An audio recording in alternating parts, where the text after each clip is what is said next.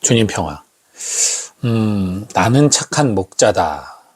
그리고 양떼는 내 목소리를 알아듣는다. 착한 목자.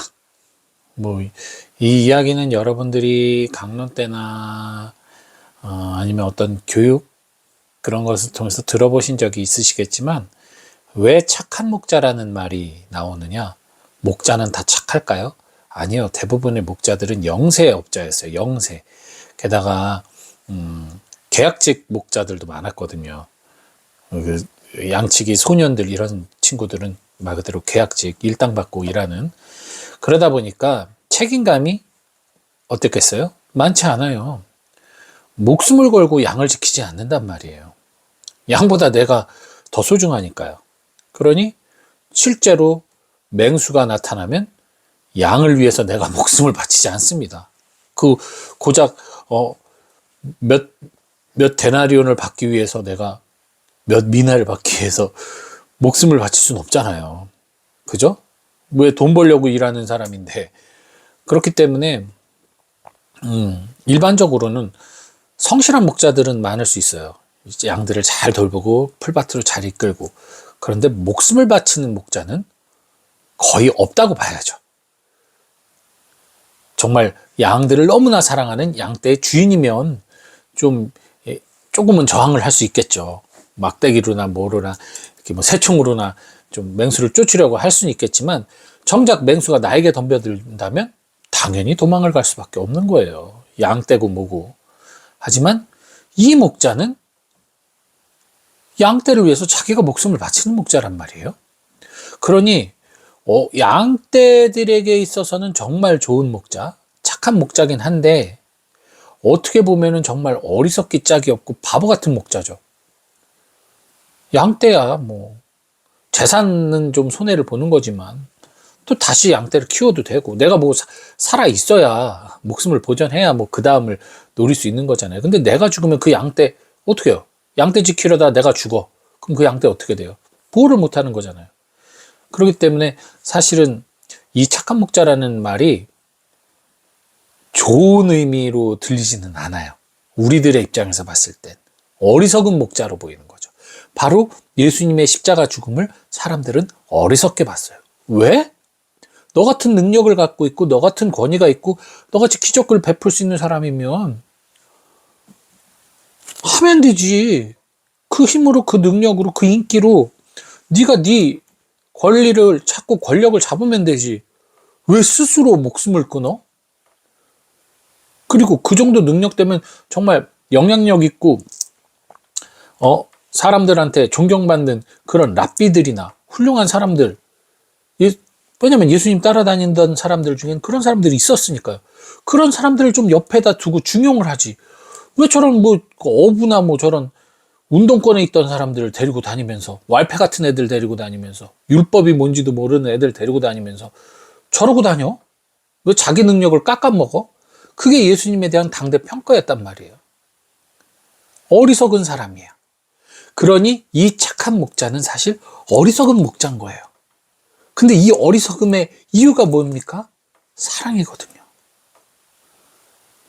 양떼가 뭐예요?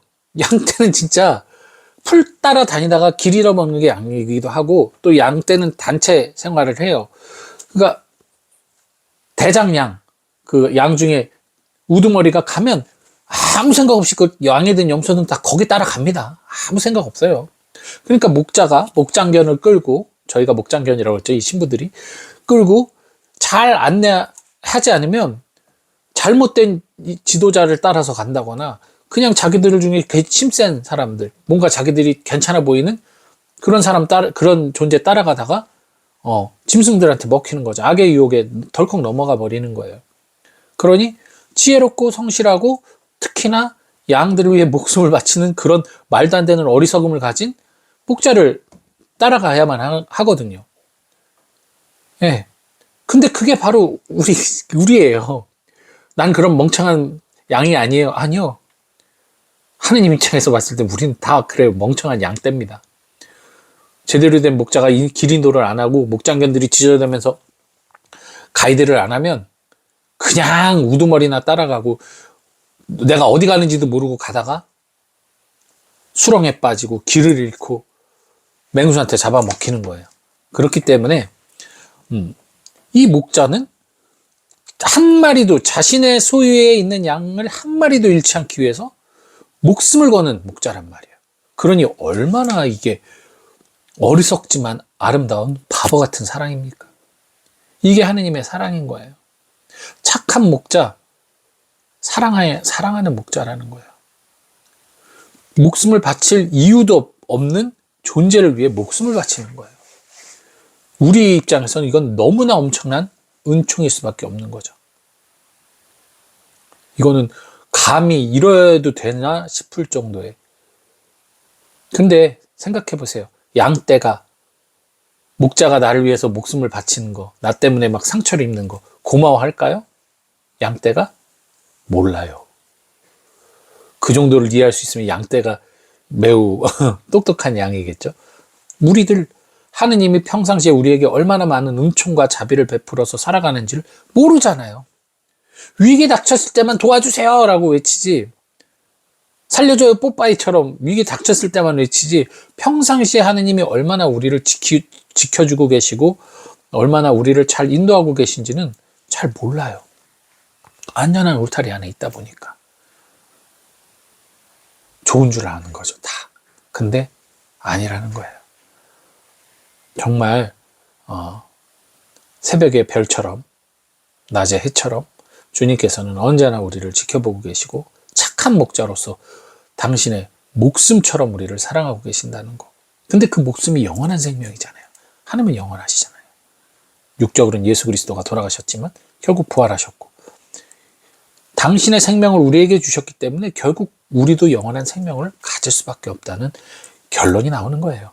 그러니 여러분, 착한 목자에 대한 생각, 그 정도로 어리석은 사랑을 하고 계신, 정말 어리석은 마음으로 당신의 목숨을 양떼를 위해 무익한, 아무런 도움도 우리는 줄 수가 없는데 목자한테 목숨을 바친 그분의 사랑, 그 사랑에 진심으로 여러분들이 더욱더 감화되어야 됩니다.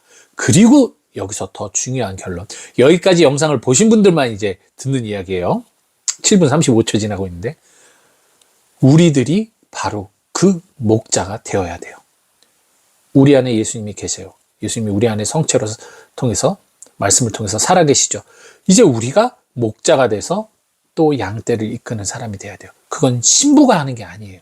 우리 그리스도인 모두가 주님의 양떼로서 주님의 사랑을 받고 성장하여 이제는 우리와 함께 살아계시는 주님, 또 성령의 도우심으로 우리가 목자가 돼서 양떼들을 돌봐야 되는 거예요. 길 잃고 헤매고 왕장하는 그들을 바른 길로 인도할 수 있도록. 그러기 위해서 내가 충분히 사랑받고 내가 그 안에서 자유와 기쁨을 느끼면서 살아야 돼요.